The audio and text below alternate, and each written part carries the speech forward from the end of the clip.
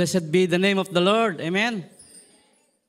It's good to see all of you for this another worship service. And we are delighted to be in the presence of God as we are worshiping. And the song that we have sung is really a motivation to each one of us.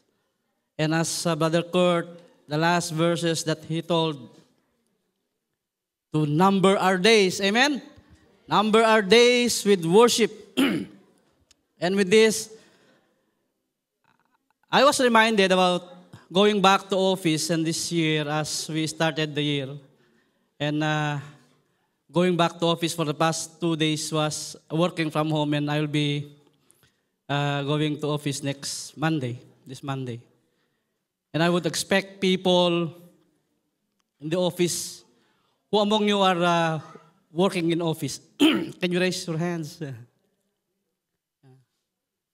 And it's amazing to see people maybe just going to the time machine, holding their laptops and cell phones in their ears. It's like no other days to be done, that they are too busy doing these things, right? Holding everything, calling their bosses. It's like the day is too short for them to work. And that's how they see themselves dedicate to work in every days of their lives in the office and being exhausted in the afternoon, not even thinking of the following day to come. And how did we start our year? And how about you yourselves getting back to office? Me, for one, I've been having annual leave for 11 days. And of course, I enjoyed being at home with my family. But then again, God is telling us that life is short and we have to number our days. Time is collapsing on us. And the scripture says, we are like a mist in the morning and will evaporate anytime soon. And when we realize that we are not holding our time on earth, this should make us realize that we are to maximize our time before God in serving Him, in loving Him, as He is very important, as we prioritize Him. And then another question must be, what is the very important in your life? Let's pray.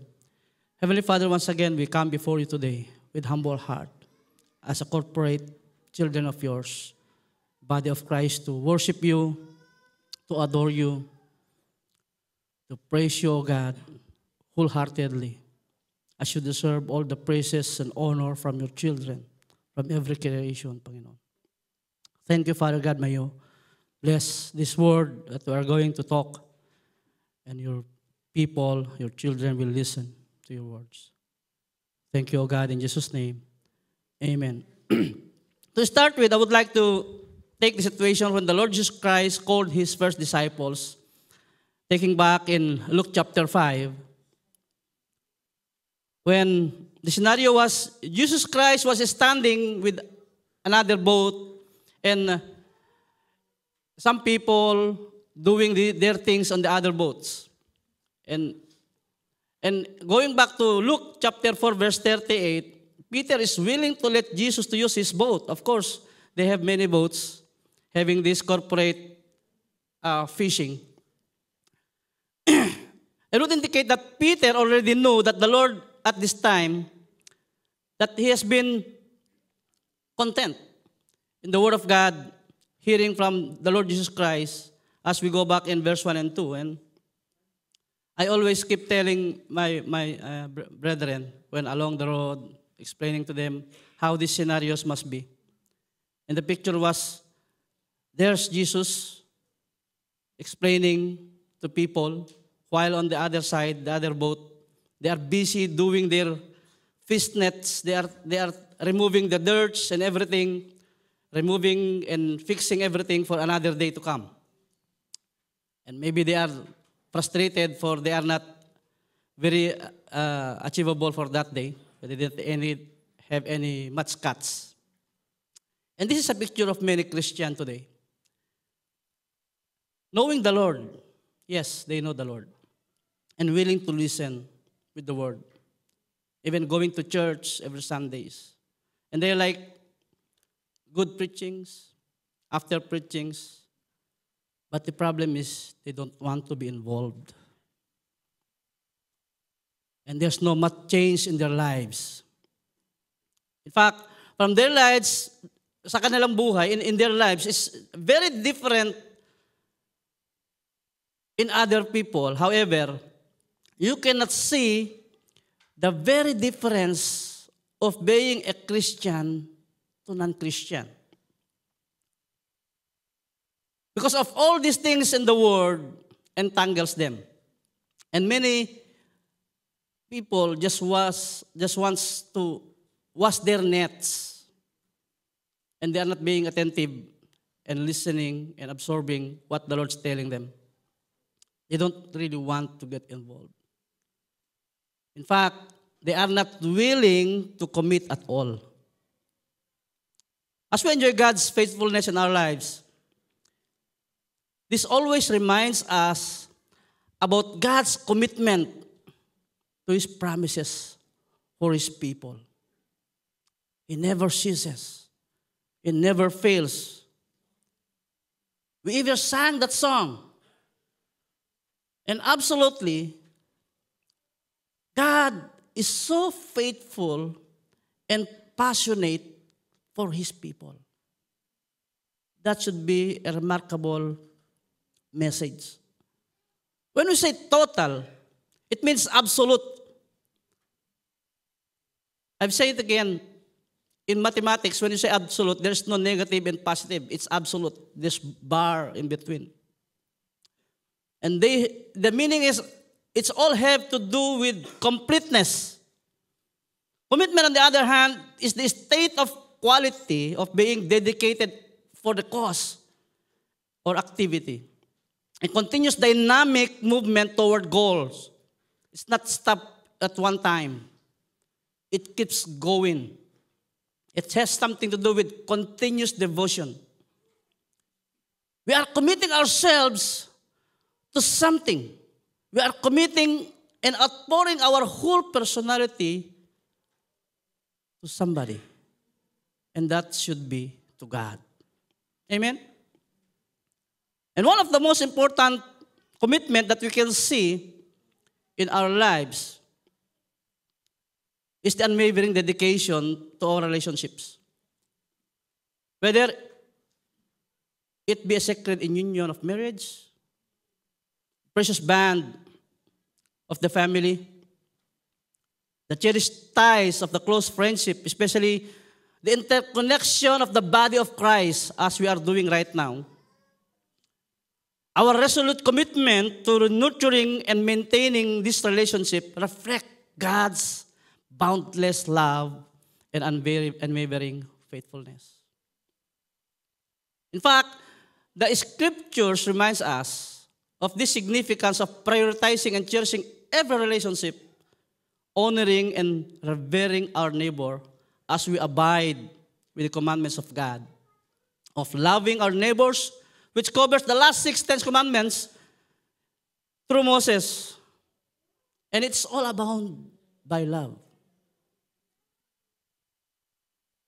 And going back to the question, what is your priority in life?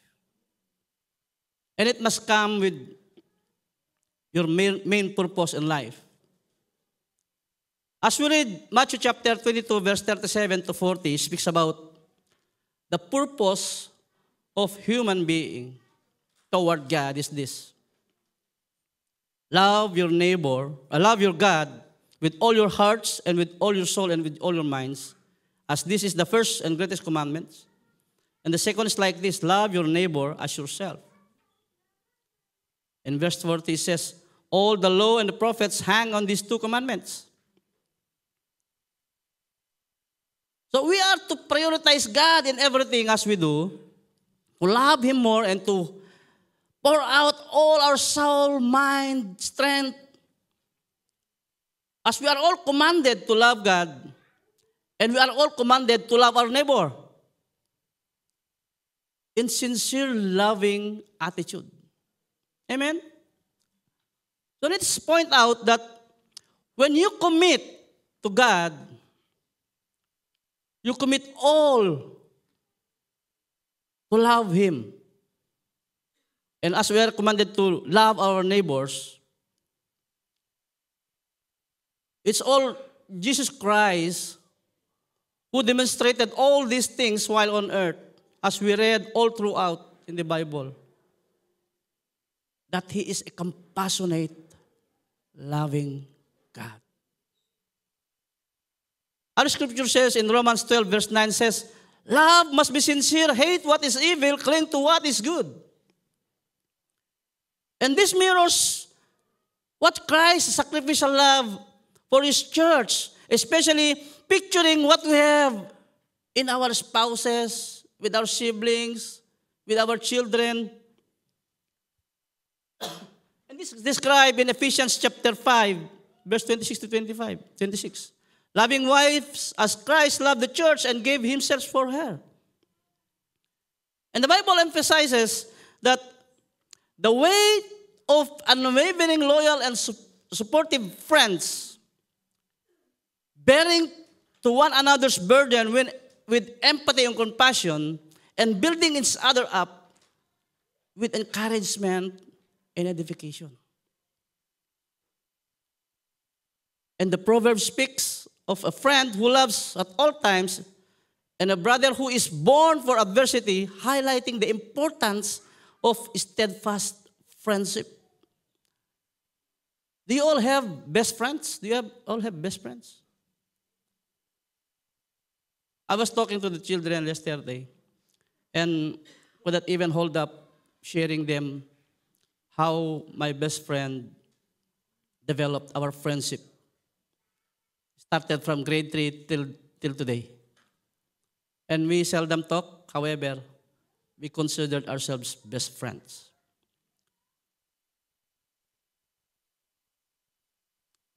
So every relationship must be founded with love, with understanding, with support. And it added in verse 10 in Romans chapter 12, be devoted to one another in love, honor one another above yourselves. Of course, maybe some of you have some friends with higher rank in their respective organizations than you. Or maybe you are the one higher than him or her. But the Bible speaks about humbleness, honoring them as they honor you back. It's a constant exchange. The Bible says we are called to devote to one another in love and honor one another above yourselves. And when we carry our burdens, it will fulfill the law of Christ that states in Galatians 6, chapter 6, verse 2.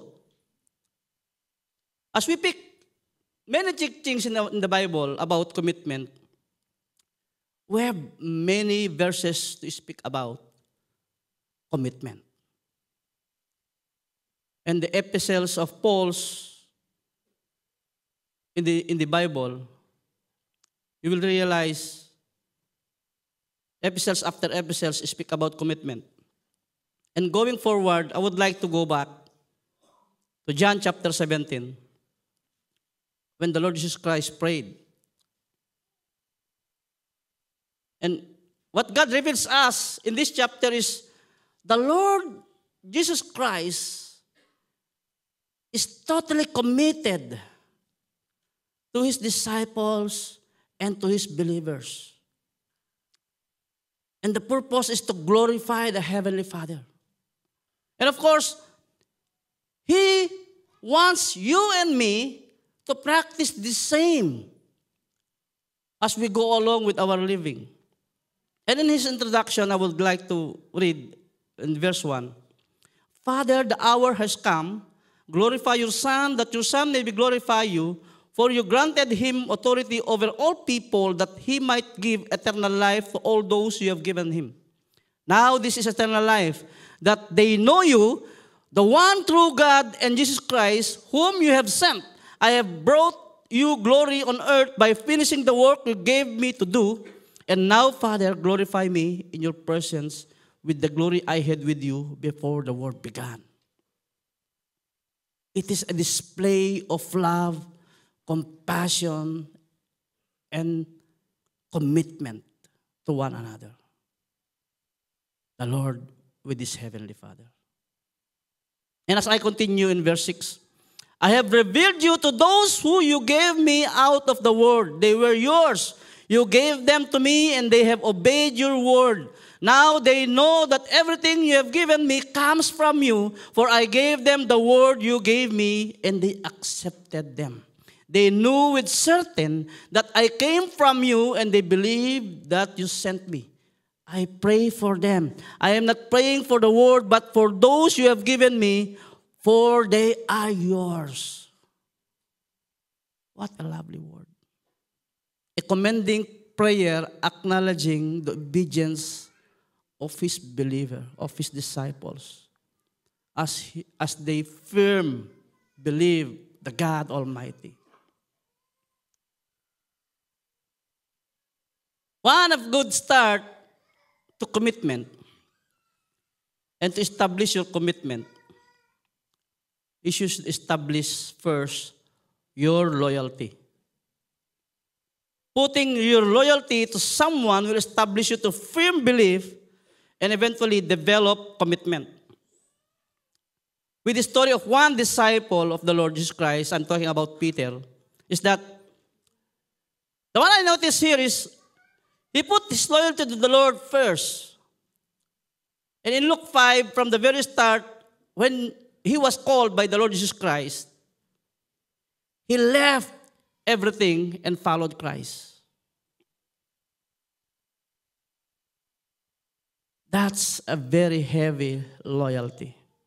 Leaving all behind, any priorities that you have before, and now you are prioritizing Christ.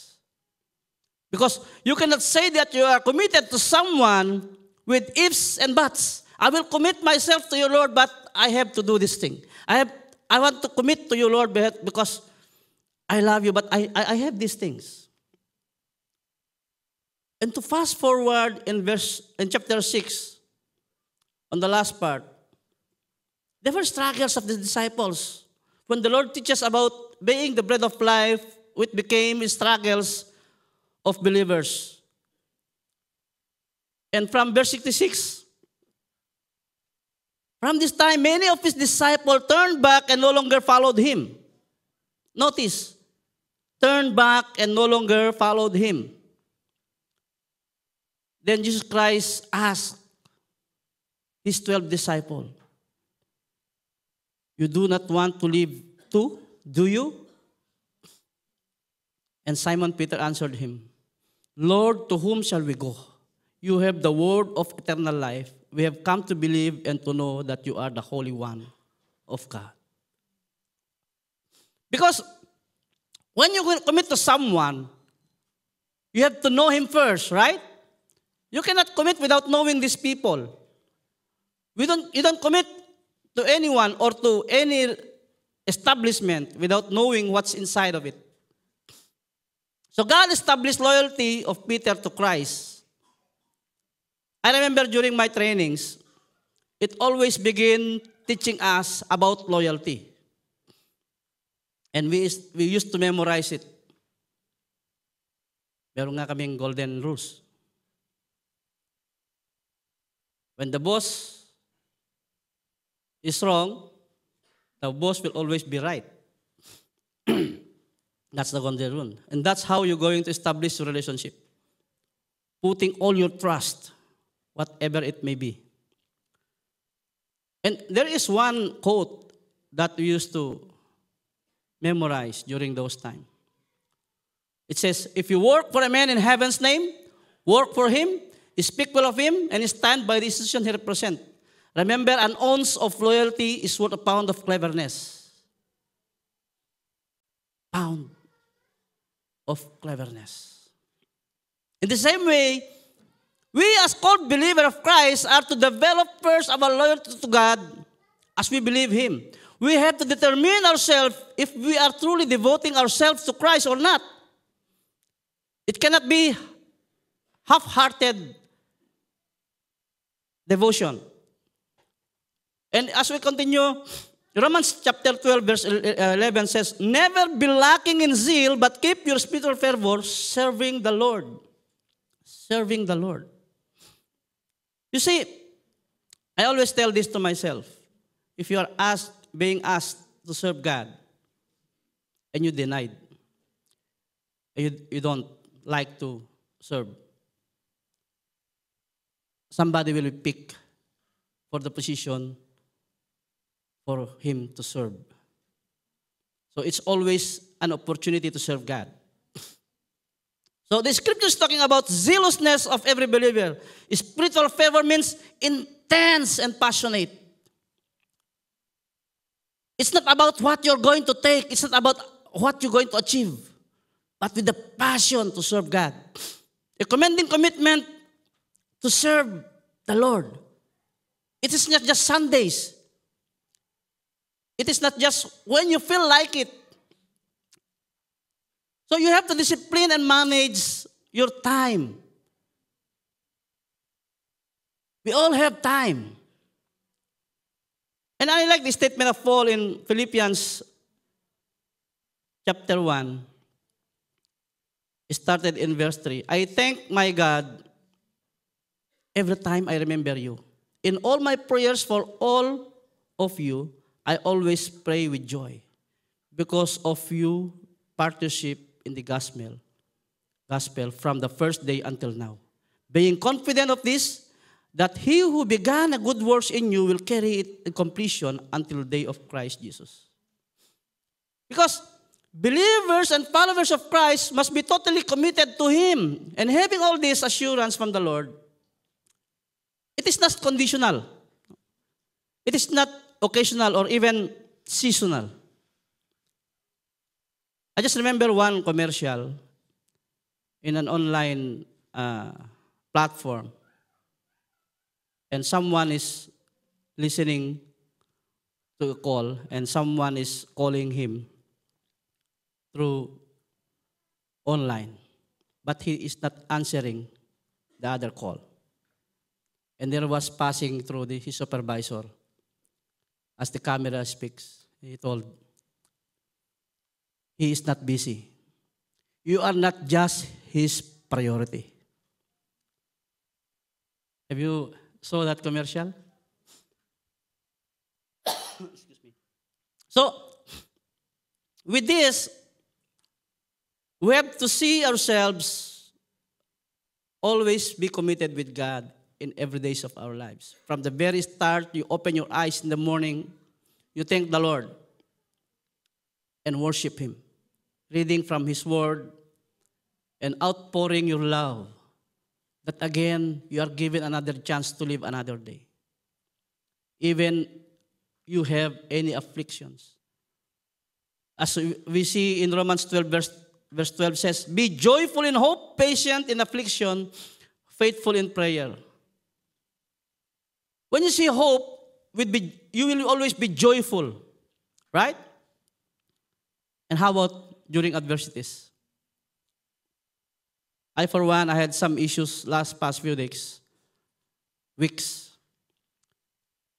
And maybe some of you knows that I'm very sweet. I have a lot of sugar in my body. I've been in a doctor for past few days. But before that, I had the machine. And I'm trying to check every week. And I was being alarmed, reading 469 blood sugar, where 120 or so is the average. And with this, it caused me to pray hard. It caused me to cry more before God. And look into my children, they're small. My boy is still 11 years old. And I was always talking to him about maximizing his time with me. because I know for sure, even I'm that tough with him, he will miss me. I thought I would be dying soon, of course. And it came to realize when I go to other doctor, the machine was wrong. So, I get back to diet. I start eating pork again. Instead of completely leaves. I saw the eyes of Tita Yola when we have camping and I'm eating, what you call this? Western breakfast. Western breakfast. With,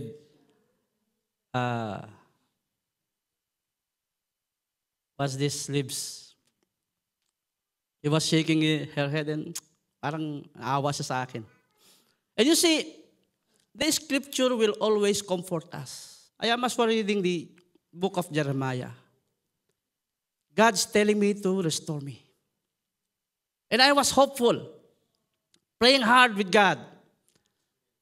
And I even specifically prayed that, God, I want to see my grandchildren, if we may allow.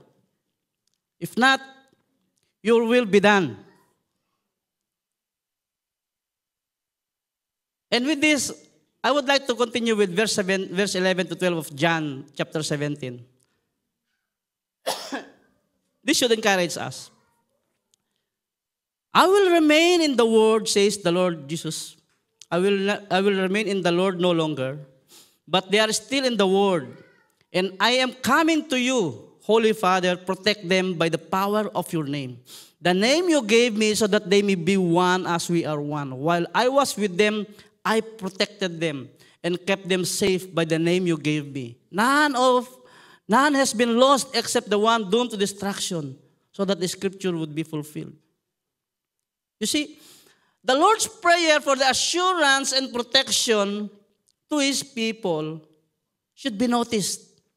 He is compassionate. And His prayer is for His children to be united in one accord. And saying, be joyful in hope, patient in affliction, faithful in prayer. And again in this pulpit, we keep commanding everyone and inviting everyone to be in a prayer meeting. And some of our brethren being, disappointed when they see 15 to less attendees. So I would like to ask this question. How about your personal prayer time? You know very well that we are not exempted facing adversities. Is anyone from you haven't experienced adversities?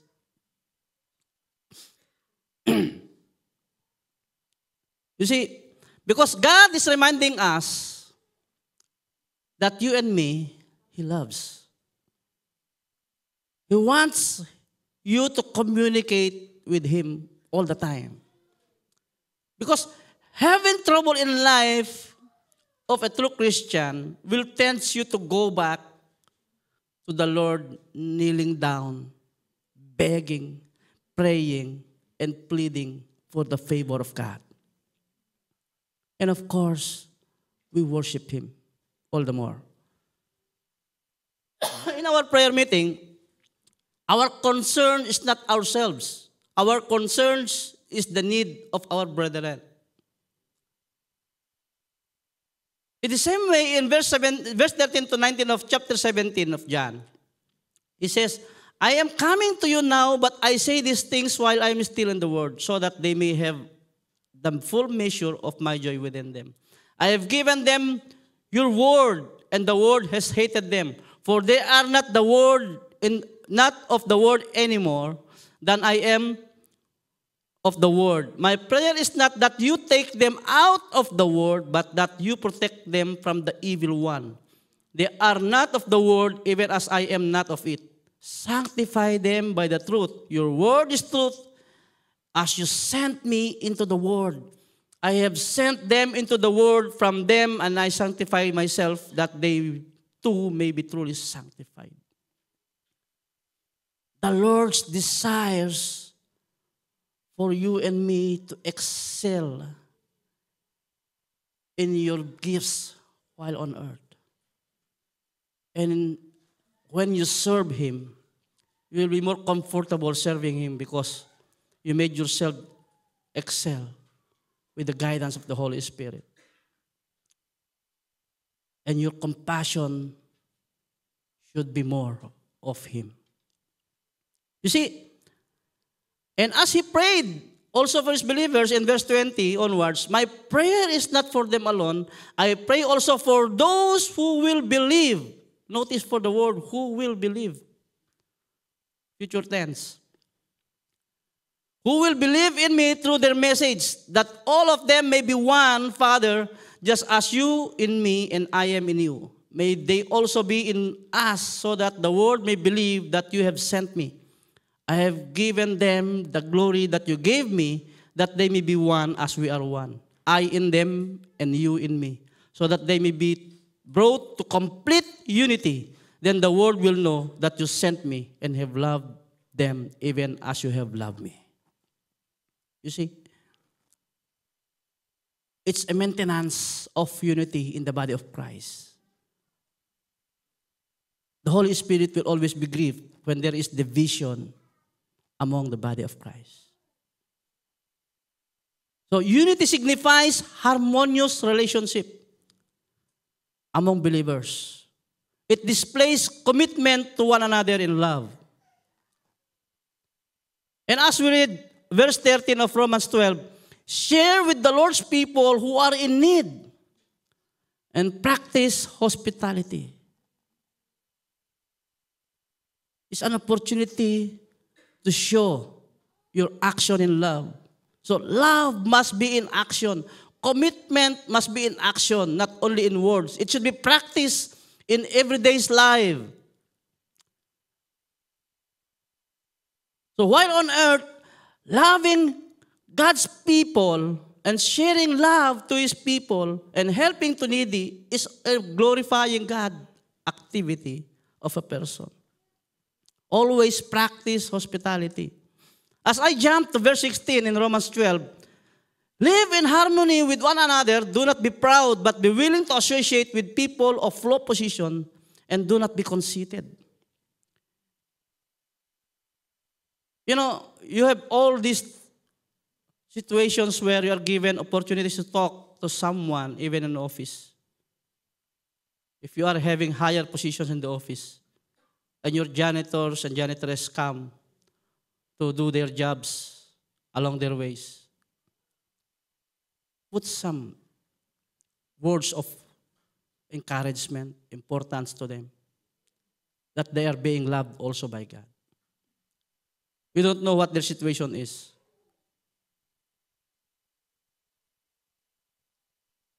Going back to verse 24 of John 17, Father, I want those you have given me to be with me where I am, and to see my glory, the glory you have given me, because you loved me before the creation of the world.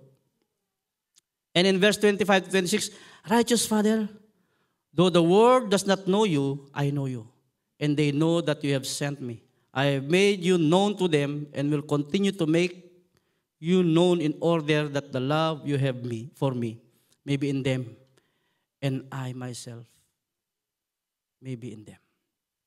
So we keep telling to ourselves, know the Lord, bless the Lord. Keep reading the Word of God, knowing Him more. The Lord is pointing out a continuous channel of blessings among others, that we enjoy our salvation, that we are the channel of blessings of salvations to others, meaning to say you are going to share all these testimonies for them to see that the Lord is good. And the Lord is seriously commanding each one of us to share His word. And as we commit ourselves to Heavenly Father, we as His believers must also commit to one another, encouraging one another, patching each other. Serve more in the ministry. So our commitment to Jesus serves as the foundational bedrock for all other commitments that we have in life. We are committing ourselves before God first, and everything overflows. So we pledge our commitment to Him as our response to His commitment to us, as He commits to bestows upon us with full strength, and we commit ourselves in life that we are rendering our awe and worship to Him, to God alone, no one else. I remember the word from Brother Arvin last Sunday. Sabi niya, it look like a triangle. The other side is obedience, the other side is sacrifice, and the base or foundation of this is worship. And I would like to add with that, it should be coated with commitment. It's not a one-day event. It's your lifetime commitment while on earth. So we are called to wholeheartedly love God with all our fiber of our lives, being heart, soul, and mind, and strength to be outpoured for God as we are being empowered by the Holy Spirit that He first loved us first. We are being loved first. We are just responding to the capability that we have now. And to remain committed to Jesus is to willingly surrender your all. You are compassionate to do every moment of your lives to glorify Him alone. So, out of your time, wealth, health, moments, we should be intentionally include Him. In fact, He should be the priority of every aspect of our lives. So, this must be done constantly in our lives. Hindi yung, tamad ako ngayon. I feel not like it. I can do it tomorrow. How about tomorrow is you are not alive anymore? So the days are numbered. It's like there's no another day.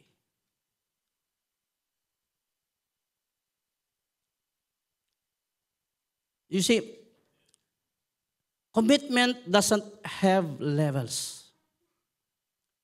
It must be wholeheartedly rendered. It must be all. The truth is that God is fully committed to humankind, and He is not against us. He is for us, as the Bible says. He has promised to never leave us nor forsake us. In Deuteronomy chapter 31, verse 6, He desires us and He wants us to be with Him forever.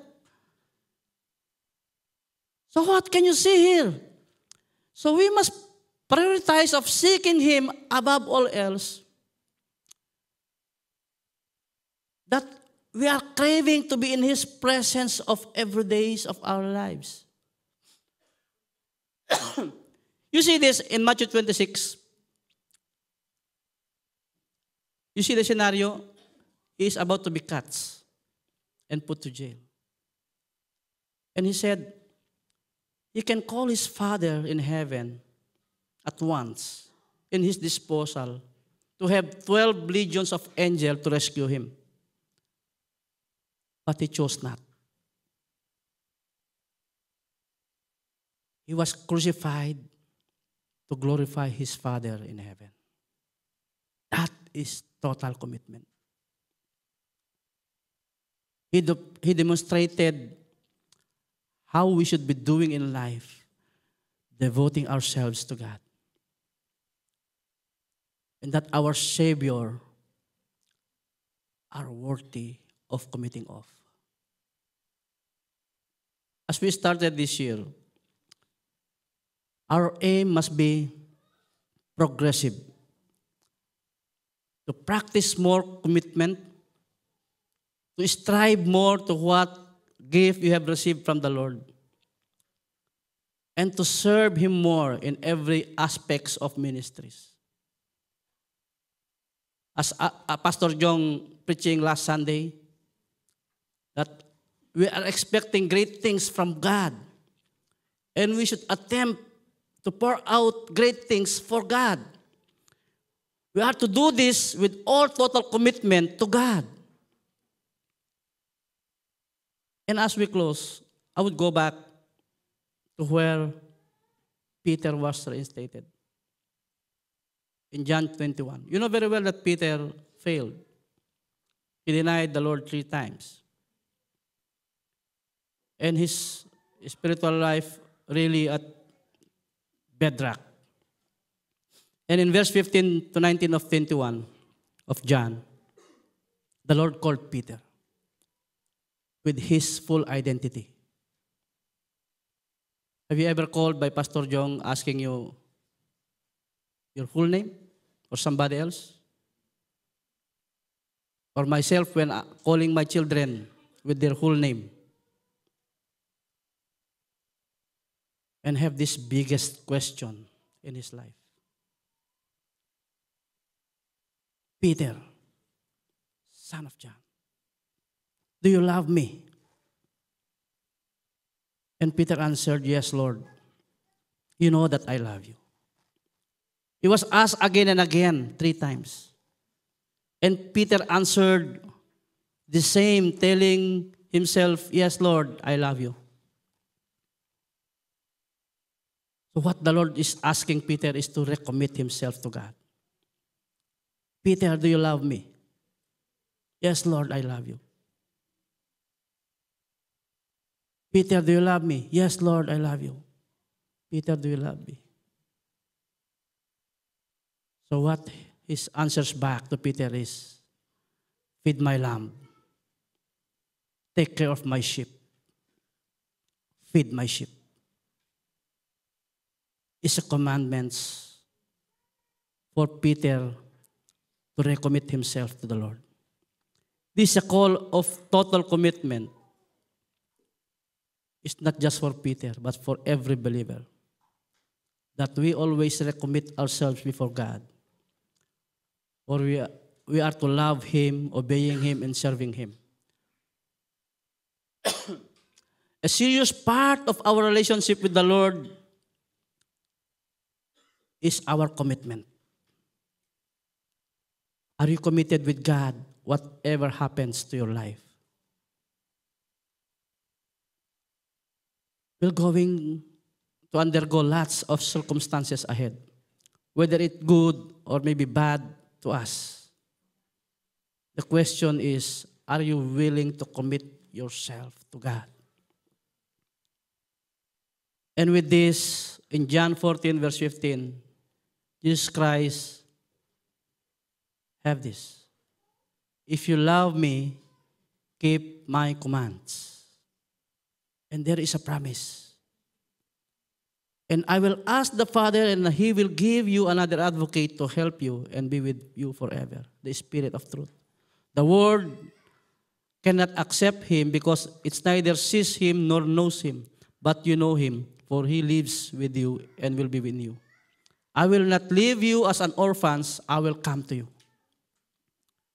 The Holy Spirit will keep guiding us every day. And with this, we must remain a living testimony to people and for them to witness a transformed being by Christ as a living testimony for the glory of God. Amen. Let us pray. Heavenly Father, once again, O God, we honor you, Lord. We worship you. We want to glorify your name, O God. And the guidance of the Holy Spirit, Lord, we are hopeful, O God, that the path that we are going to take, Lord God, is the direction that you are going to give us. That our confidence is high to worship you more in our lives, whatever will happen. In any circumstances, O God, Allow us, Lord God, to worship you. Help us, Father, to do this thing for your glory. As you guide us through, Lord God, may you guide each one of us in every adversities, in every circumstances that we may have, O God, that you alone to be glorified. We are changing people, Panginoon. And Father, today, again, we pray. Help us to grow more spiritually. Help us to be matured. And help us to be more effective in the ministry that you have given us. That we will always have the compassion to serve you in every ways of our lives. As we desire, Lord God, to honor you. Lord, you've been faithful to us. And you'll always be faithful to us. And we want to worship you more. May you accept our worship, O Lord. And guide us through as you protect us. Let your name be magnified in every life of every believer. Thank you, Father. May we bring back all to you, all the glory and honor. In Jesus' mighty name, amen and amen.